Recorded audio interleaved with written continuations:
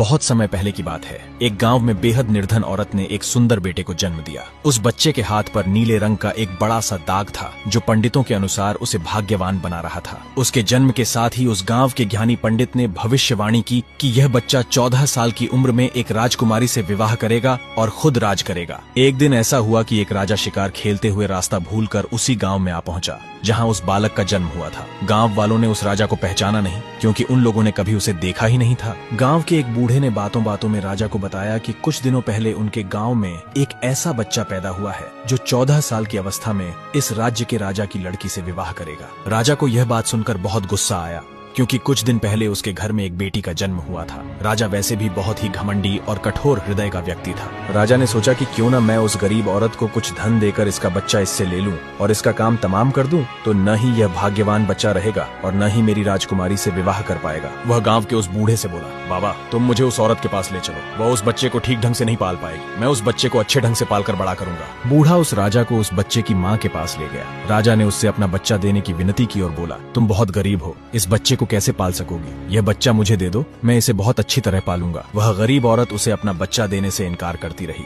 तब राजा ने उसे बहुत सा धन दिया और बोला, इस धन से तुम अपना पेट पालना और जब यह तुम्हारा भाग्यवान बेटा बड़ा हो जाएगा तो खुद ही तुम्हारे पास आ जाएगा। गरीब माँ ने सोचा, यह बहुत ही भाग्यशाली बच्चा है, इसीलिए यह अमीर आदमी इसे लेने के लिए मेरे घर आ पहुंचा है। शायद यही ईश्वर की इच्छा है। बहुत सोच विचार के बाद उस गरीब औरत ने अपना बच्चा राजा को दे दिया। राजा ने उस बच्चे के लिए एक लकड़ी का संदूक खरीदा और उसे संदूक में डालकर बहते हुए पानी में छोड़ दिया। उसने सोचा कि दम घुटने से बच्चा इस संदूक के अंदर ही मर जाएगा। यह सोचकर राजा मन ही मन बहुत खुश हो रहा था कि उसने अपनी प्यारी सी बेटी को उस अनचाहे पति से बचा लिया। मारने वाले से बचाने वाला बड़ा होता है। यही उस बच्चे के साथ भी हुआ। वह लकड़ी का संदूक बहते बहते एक टूटे हुए पेड़ में जाकर अटक गया। तभी वहाँ पर मौजूद एक निर्धन व्यक्ति ने जब वह लकड़ी का बक्सा देखा तो बहुत खुश हुआ। उसने सोचा कि उस बक्से में जरूर ढेर सारा धन होगा। उसने पानी में घुसकर इस संदूक को बाहर निकाला। जब उसने संदूक को खोला तो देखा कि गंदे से कपड़े पहने एक बच्चा उसमें सो रहा था। उस व्यक्ति ने सोचा कि यह बच्चा मेरे किस काम का, क्यों न मैं इस बच्चे को मालिक के पास ले जाऊं, वह जरूर इसे अपने पास रख लेंगे, क्योंकि उसका अपना कोई बच्चा नहीं है। ऐसा सोचकर वह नौकर उस बच्चे को अपने मालिक के पास ले गया। मालिक उस बच्चे को देखकर बहुत खुश हुआ। उसने सोचा कि शायद ईश्वर ने उसकी पत्नी की प्रार्थना सुन ली और इस बच्चे को उसके पास भेज दिया। उन दोनों पति पत्नी ने बड़े प्यार और लगन से उस बच्चे को पालना शुरू। जैसे जैसे बच्चा बड़ा होता गया उसके चेहरे पर तेज आता गया। उसे कोई भी देखता तो देखता ही रह जाता। एक दिन राजा किसी काम से उसी रास्ते से बाहर जा रहा था जिस रास्ते पर उस व्यापारी की दुकान थी। रास्ते में अचानक बहुत बड़ा तूफान आ गया तो राजा को उसी दुकान के पास रुकना पड़ा। राजा ने उस सुंदर से युवक को दुकान पर बैठे देखा तो उसके मालिक से पूछा, क्या ये तुम्हारा बेटा है? ये तो बहुत ही सुंदर है। चक्की का मालिक बोला, यह मेरा बेटा ही है, क्योंकि हमने ही इसे पाल पोस कर बड़ा किया है। आज से करीब 14 साल पहले ये बच्चा हमें एक लकड़ी के संदूक में मिला था। राजा को पुरानी बातें एकदम ताजा हो गईं। उसे चक्की के मालिक की बात सुनकर बहुत आश्चर्य हुआ कि वह बच्चा, जिसे वह अब तक मरा हुआ समझ रहा था, अभी तक जिंदा है। उसने उस लड़के को खत्म करने की तरकीब फिर सोची। वह दुकान के मालिक से बोला, क्या आप इस लड़के को मेरा एक काम करने की आज्ञा दे सकते हैं? मैं रानी के पास एक पत्र भिजवाना चाहता हूँ। यह पत्र बहुत ही जरूरी है। मैं इस काम के लिए इसे सोने के 2 सिक्के दूंगा। लड़के ने फौरन हाँ कर दी और दुकान का मालिक भी उसे भेजने के लिए तैयार हो गया। राजा ने झट से अपनी रानी को एक पत्र लिखा। उसने लिखा, जैसे ही यह लड़का तुम्हारे पास मेरा यह पत्र लेकर पहुंचे तुम इसे मरवा देना और महल से दूर दफना भी देना। यह सब कुछ मेरे वापस आने से पहले हो जाना चाहिए। इतना लिखने के बाद उसने मुहरबंद पत्र उस लड़के को दे दिया। वह लड़का उस पत्र को लेकर राजमहल की ओर चल दिया। वह आज तक अपने घर से कहीं बहुत दूर नहीं गया था, अतः वह राजमहल का रास्ता नहीं ढूंढ सका और जंगल में ही भटकने लगा। शाम ढल चुकी थी। तभी अंधेरे में उसे दूर से रोशनी आती दिखाई दी। वह दौड़कर उस रोशनी की तरफ गया तो देखा कि वहां पर एक छोटा सा कच्चा घर था। उस घर में कोई दरवाजा नहीं था। जब वह उस घर में घुसा तो उसने देखा कि एक बूढ़ी औरत आग जलाकर बिल्कुल अकेली बैठी है। वह औरत उस लड़के को अपने सामने देखकर डर गई। उसने लड़के से पूछा, बेटा तू कहाँ से आ रहा है और तुझे कहाँ जाना है? लड़के ने जवाब दिया, मैं पास के गांव की दुकान से आ रहा हूँ और रानी माँ को यह खत देने जा रहा हूँ, पर मैं इस जंगल में अपना रास्ता भूल गया हूँ। रास्ता ढूंढते ढूंढते शाम हो गई। अंधेरे में मुझे यही घर दिखाई दिया, इसलिए मैं रात गुजारने के लिए यहाँ आ गया। उस बूढ़ी औरत को उस लड़के पर बहुत दया आई, क्योंकि वह डाकुओं के ठहरने की जगह थी और वह बूढ़ी औरत उन डाकुओं की नौकरानी थी। उसे डर था कि अगर डाकुओं ने उसे देख लिया तो उसे मार डालेंगे। लड़के को यह जानकर पहले तो कुछ डर लगा कि वह डाकुओं के घर में घुस गया है, पर अंधेरे में कहीं और जाना भी आसान काम नहीं था और दिन भर चलते रहने के कारण वह बहुत थक चुका था, इसलिए उसे बहुत जोरों की नींद आ रही थी। वह उस बुढ़िया के कहने पर घर के एक कोने में चुपचाप जमीन पर सो गया। आधी रात के बाद जब डाकू उस घर में आए तो किसी और को अपने घर में सोता देखकर अपनी नौकरानी पर बहुत गुस्सा करने लगे। बूढ़ी नौकरानी ने उन्हें सारी बात बता दी और वह चिट्ठी भी डाकुओं के सरदार के हाथ पर रख दी जो उस लड़के ने उसे दिखाई थी। राजा की मोहर देखकर उन डाकुओं को उस चिट्ठी पर कुछ शक हुआ। सरदार ने बड़ी सावधानी से उस चिट्ठी को खोलकर पढ़ा तो सोते हुए उस लड़के पर उसे बहुत तरस आ गया। उसने उस चिट्ठी को फाड़ दिया और एक दूसरी चिट्ठी उसमें रख दी। उस चिट्ठी में लिखा था, जैसे ही यह लड़का राजमहल में पहुंचे तुम इस लड़के से अपनी राजकुमारी का विवाह कर देना। यह काम मेरे वापस आने से पहले ही पूरा हो जाना चाहिए। यह खत उन्होंने उस लड़के के सामने रख दिया और सुबह होने से पहले ही डाकू वहां से चले गए। सुबह जब वह लड़का सोकर उठा तो उस बूढ़ी ने उसे कुछ जलपान कराया। फिर वह लड़का राजमहल की ओर चल पड़ा। राजमहल पहुंचकर उसने वह खत रानी तक पहुंचा दिया। रानी ने जब खत पढ़ा तो उसे बड़ा आश्चर्य हुआ कि राजा ने यह कैसी आज्ञा दी है, एक अनजान लड़के से वह अपनी राजकुमारी का विवाह कर दे। खत पर राजा की मोहर लगी हुई थी, अतः यह कोई धोखा भी नहीं हो सकता। राजा के वापस आने से पहले ही उसे अपनी बेटी का विवाह इस लड़के से करना था। रानी ने लड़के को अपने पास बुलवाया। उसका भोला भाला और सुंदर चेहरा उसे बहुत पसंद आया और उसने अगले ही दिन उससे अपनी बेटी का विवाह कर दिया। लड़का राजकुमारी के साथ सुख से उस महल में ही रहने लगा। कुछ महीनों बाद राजा वापस अपने राजमहल में आया तो उस लड़के के बारे में जानने के लिए बहुत उत्सुक था, पर उसे जब यह पता लगा कि रानी ने राजकुमारी का विवाह उसी लड़के से करवा दिया है तो उसे बहुत गुस्सा आया। उसने अपनी पत्नी से वह खत मांगा। राजा ने उसमें उस लड़के से राजकुमारी के विवाह की बात लिखी देखकर हतप्रभ रह गया। उसे लड़के पर शक हुआ कि वह पढ़ा लिखा है, जरूर रास्ते में खत बदल दिया होगा। उसने लड़के को अपने पास बुलवाया और उसे सच्चाई बताने की आज्ञा दी। लड़का बोला, हे राजन, मुझे कुछ नहीं पता कि इस खत में आपने क्या लिखा था, क्योंकि मैं तो इसे ऐसा ही लेकर आ गया। जंगल में मैंने एक पुराने घर में रात जरूर गुजारी थी, क्योंकि मैं राजमहल का रास्ता नहीं ढूंढ पाया और जंगल में भटक गया था। राजा को उस लड़के की बात पर विश्वास नहीं हुआ। वैसे भी राजा को उस लड़के से बेहद नफरत थी। वह नहीं चाहता था कि उसकी बेटी से शादी करने के बाद वह इस राज्य का राजा बने। वह लड़के से बोला, मेरी गैरहाजिरी में रानी ने मेरी बेटी की शादी तुझ कंगाल से कर दी है, पर मैं इस शादी को तब तक अपनी सहमति नहीं दूंगा जब तक तू मुझे शैतान के 3 सोने के बाल नहीं ला कर देगा। जब तू ये 3 सोने के बाल मुझे देगा तभी सही मायने में उसका पति बन पाएगा। राजा ने ऐसी असंभव शर्त इसलिए रखी थी कि 3 सोने के बाल ढूंढते ढूंढते ही यह लड़का कहीं मर जाएगा। इस प्रकार उसे इस लड़के से अपने आप छुटकारा मिल जाएगा। अब लड़के के आगे राजा की आज्ञा का पालन करने के अलावा कोई और रास्ता नहीं था। वह अगले दिन ही शैतान के सोने के बाल ढूंढने निकल पड़ा। चलते चलते वह एक बड़े शहर में पहुंचा। शहर की सीमा पर एक बड़ा सा गेट था जिस पर हथियारबंद सिपाही पहरा दे रहा था। सिपाही ने उस लड़के से पूछा, यहाँ तुम्हारा क्या काम है? क्या तुम कुछ समझते और जानते हो? लड़का बोला, मैं सब कुछ समझता और जानता हूँ। सिपाही बोला, अगर तुम सब कुछ जानते हो तो हम पर भी एक मेहरबानी करो। हमें भी बताओ कि शहर की सीमा पर यह जो कुआं है,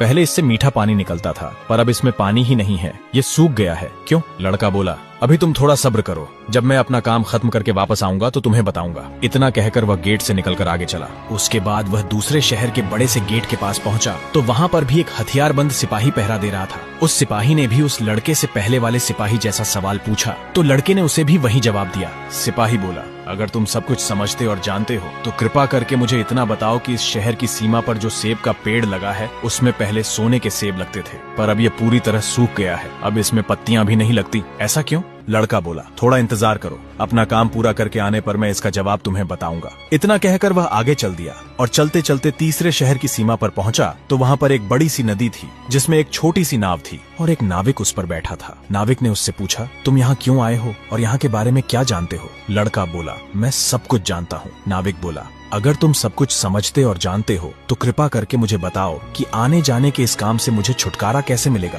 ये लड़का बोला, इस सवाल का जवाब मेरे वापस आने पर तुम्हें जरूर मिलेगा, पर पहले तुम मुझे नदी पार करवाओ। नाविक ने उसे अपनी नाव पर बैठाकर दूसरे किनारे पर छोड़ दिया। जैसे ही वह नदी के दूसरे किनारे पर पहुंचा तब उसे वहां नीचे की ओर जाने वाला कच्चा और सुनसान रास्ता दिखाई दिया। वह उसी रास्ते पर चल पड़ा। काफी नीचे पहुंचने पर उसे एक बूढ़ी औरत आंगन में बैठी हुई दिखाई पड़ी। जैसे ही उसने उस घर में प्रवेश किया तो उस बूढ़ी औरत ने उससे पूछा, अरे बच्चे, तू कौन है और यहाँ क्यों आया है? क्या तुम्हें नहीं पता कि यहाँ शैतान रहता है? लड़का बोला, मैं सही जगह पर आया हूँ, अब आप मेरी सहायता करो। मुझे शैतान के सर के 3 सोने के बाल चाहिए, नहीं तो मुझे मेरी पत्नी वापस नहीं मिलेगी। बूढ़ी औरत बोली, बेटा, ये तो तेरी बहुत बड़ी मांग है, इसे पूरा करना इतना आसान नहीं है। जब राक्षस घर वापस आकर तुझे यहाँ देखेगा तो कच्चा ही चबा जाएगा, इसलिए मुझे ही तेरी रक्षा करनी पड़ेगी। उस बूढ़ी औरत को लड़के पर तरस आ गया। उसने लड़के को घर में छुपा दिया। लड़का बोला, बूढ़ी माँ, मुझे आपसे 3 सवालों के जवाब भी पूछने हैं। पहला सवाल है, एक कुआं जिसमें से पहले शरबत की तरह मीठा पानी निकलता था आजकल क्यों सूख गया है। दूसरा सवाल है कि एक सेब का पेड़ जिस पर पहले सोने के सेब लगते थे अब उस पर पत्ते भी नहीं लगते, वह पेड़ क्यों सूख गया है। तीसरा सवाल है कि एक नाविक को क्यों हमेशा इधर से उधर जाना पड़ता है, उसे इससे छुटकारा क्यों नहीं मिलता। बूढ़ी माँ बोली, ये तीनों बड़े कठिन सवाल हैं। इन सवालों के जवाब भी हमें राक्षस से ही मिल सकते हैं। मैं तेरे लिए यह कोशिश भी जरूर करूंगी, पर अब तू चुपचाप छुप जा, नहीं तो जिंदा नहीं बच पाएगा। शाम को राक्षस घर पहुंचा। अंदर घुसते ही उसने शोर मचाना शुरू कर दिया। मुझे अपने घर में किसी मनुष्य की गंध आ रही है, आज जरूर कुछ गड़बड़ है। यहाँ कौन आदमी आया था? इतना कहकर उसने पूरे घर में झांक कर देखा, पर उसे कोई भी मनुष्य नहीं मिला। उसकी दाई माँ उस पर गुस्सा करने लगी और बोली, अभी कुछ देर पहले ही तो मैंने पूरा घर साफ किया है, मुझे तो यहाँ कोई मनुष्य नहीं दिखाई दिया। लगता है तेरी नाक में ही मानस गंध घुस गई है, चुपचाप आराम से बैठ और भोजन कर। राक्षस को जब कोई मनुष्य नहीं मिला तो उसे बूढ़ी माँ की बात पर विश्वास करना पड़ा। वह चुपचाप खाना खाकर वहीं जमीन पर बिछी हुई चटाई पर लेट गया। लेटते ही उसे नींद आ गई। उसकी दाई माँ भी आज उसके पास बिछी दूसरी चटाई पर लेट गई। जब राक्षस नींद में जोर जोर से खर्राटे लेने लगा तो दाई माँ ने उसके सिर से सोने का एक बाल उखाड़ लिया। राक्षस दर्द से कराह उठा, ओ माँ तू यह क्या कर रही है, मेरे बाल क्यों खींच रही है। दाई माँ बोली, बेटा मैंने अभी भयंकर सपना देखा तो डर के मारे तेरे बाल पकड़ लिए। राक्षस बोला, ऐसा कौन सा सपना था जिससे तू इतना डर गई। दाई माँ बोली, मैंने सपने में देखा कि बाजार वाला कुआं जिससे शरबत निकलता था अब सूखा पड़ा है, इसमें किसका कसूर है। राक्षस बोला, इसे मेरे सिवाय कोई नहीं जानता। उस कुएं के नीचे एक बड़ा सा पत्थर है और उसी पत्थर के नीचे एक बड़ा सा मेंढक रहता है। अगर उस बड़े से मेंढक को मार दिया जाए तो उस कुएं से फिर से शरबत निकलना शुरू हो जाएगा। इतना कहकर राक्षस फिर जोर जोर से खर्राटे भरने लगा। दाई माँ को जब विश्वास हो गया कि राक्षस पूरी तरह से सो गया है तो उसने उसके सर से सोने का दूसरा बाल उखाड़ लिया। राक्षस फिर जोर से चीखा, ओ माँ यह तू क्या कर रही है। दाई माँ बोली, बेटा बुरा मत मान, मैंने फिर से एक अजीब सा सपना देखा था, तभी डर के मारे तेरे बाल मेरे हाथ में आ गए। राक्षस ने पूछा, ऐसा कैसा सपना था जिससे तू इतना डर गई थी। दाई माँ बोली, मैंने सपने में देखा कि सीमा पर जो सेब का एक पेड़ है जिस पर पहले सोने के सेब लगते थे अब सूख गया है, इसके सूखने का क्या कारण है। राक्षस बोला, इस पेड़ की जड़ में एक चूहा रहता है जो इसकी जड़ों को काटता रहता है। अगर उस चूहे को मार दिया जाए तो वह पेड़ फिर से सोने के सेब देने लगेगा। पर अब तू मुझे अपने सपनों से परेशान मत कर, मुझे चैन से सोने दे। इतना कहकर थोड़ी देर बाद वह राक्षस फिर जोर जोर से खर्राटे लेने लगा। जैसे ही दाई माँ को लगा कि राक्षस सचमुच सो गया है तो उसने तीसरी बार सोने का बाल उखाड़ लिया। अब तो राक्षस गुस्से से आग बबूला हो गया और दाई माँ को खरी खोटी सुनाने लगा। दाई माँ उसे शांत करने की कोशिश करने लगी, फिर बड़े प्यार से बोली, बेटा मैं इन अजीब अजीब सपनों का क्या करूं। अभी अभी मैंने फिर से एक अजीब सपना देखा। राक्षस बोला, ऐसा कौन सा सपना देखा, जल्दी कह, मुझे नींद आ रही है। दाई माँ बोली, मैंने सपने में देखा कि मुझसे एक नाविक शिकायत कर रहा था कि उसे हर समय इधर से उधर जाना पड़ता है, उसे इससे छुटकारा क्यों नहीं मिलता, इसमें उसका क्या कसूर है। राक्षस बोला, वह नाविक मूर्ख है, जिस दिन वह किसी और आदमी के हाथ में अपना चप्पू दे देगा उसे हर रोज के आने जाने से छुटकारा मिल जाएगा। इतना कहकर राक्षस फिर से अपनी चटाई पर लेट गया और खर्राटे लेने लगा। अब दाई माँ ने उस लड़के को बाहर निकाला और उसे 3 सोने के बाल देकर बोली, अपने तीनों सवालों के जवाब तो तू सुन ही चुका है, अब ये ले 3 बाल और तुरंत यहाँ से भाग जा। लड़के ने हृदय से उसको धन्यवाद दिया और अपने ससुर के राज्य की ओर चल पड़ा। रास्ते में उसे फिर वही नाविक और पहरा देते हुए दोनों सिपाही मिले। नाविक ने जब उसे दूसरी ओर उतारा तो वह लड़का बोला, तुम अपना ये चप्पू किसी और के हाथ में दे देना, तभी तुम्हें इस रोज रोज के आने जाने से छुटकारा मिल जाएगा। जब सिपाही को उसने उसके प्रश्न का उत्तर बताया तो उसने बहुत सा धन एक गधे पर लाद कर उस लड़के को इनाम के रूप में दिया। वह उस धन से लदे हुए गधे को लेकर जब पहले सिपाही के पास पहुंचा तो उसे भी उसके प्रश्न का उत्तर बताया। उस सिपाही ने भी बहुत सा धन एक गधे पर लाद कर उसको इनाम दिया। अब वह सोने के 3 बाल और 2 गधों पर ढेर सारा धन लेकर अपने ससुर के पास पहुंचा तो उसे देखकर राजा हैरान रह गया। तीनों बाल और धन से भरे हुए 2 गधों को देखकर राजा ने उससे पूछा, तुम्हें यह इतना ढेर सारा धन कहाँ से मिला। लड़का बोला, मैं नदी के उस पार गया था, वहाँ मुझे बहुत सारा धन मिला, उसमें से कुछ धन मैं अपने साथ ले आया। राजा को लालच आ गया। वह लड़के से बोला, क्या मैं भी नदी के उस पार से तुम्हारी तरह कुछ धन ला सकता हूँ। लड़का बोला, क्यों नहीं, उस नदी में नाव पर एक नाविक बैठा है जो अपनी नाव से आपको उस पार ले जाएगा, पर आप उसका चप्पू उससे लेकर नाव को खुद चलाएंगे तो नदी की दूसरी ओर पहुंचकर ढेर सारा धन ले आएंगे। लालची राजा इतना सुनकर नदी की ओर चल पड़ा। वहाँ सचमुच ही एक छोटी सी नाव पर एक नाविक बैठा था। राजा उस नाविक के पास गया और उसके हाथ से उसका चप्पू लेकर खुद नाव चलाने लगा। अब उस नाविक को रोज के आने जाने से छुटकारा मिल गया और राजा को उस नाविक की जगह हर समय नाव पर इधर से उधर जाने की सजा मिली। कहानी अच्छी लगी तो वीडियो को लाइक और चैनल को सब्सक्राइब जरूर करें।